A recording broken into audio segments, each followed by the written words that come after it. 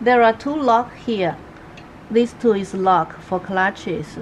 So first we use this 2CX clutch. This we put it into this slot here, the back. This opening open to the top.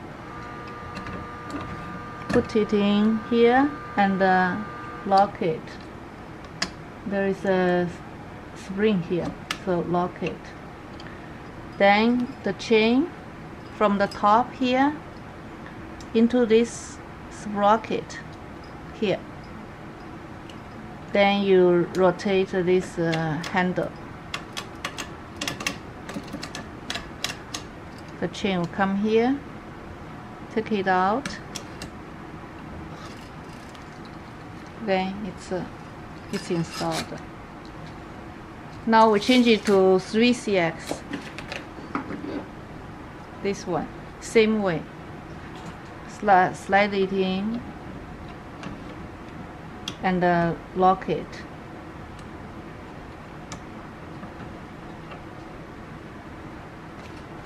And put the chain on.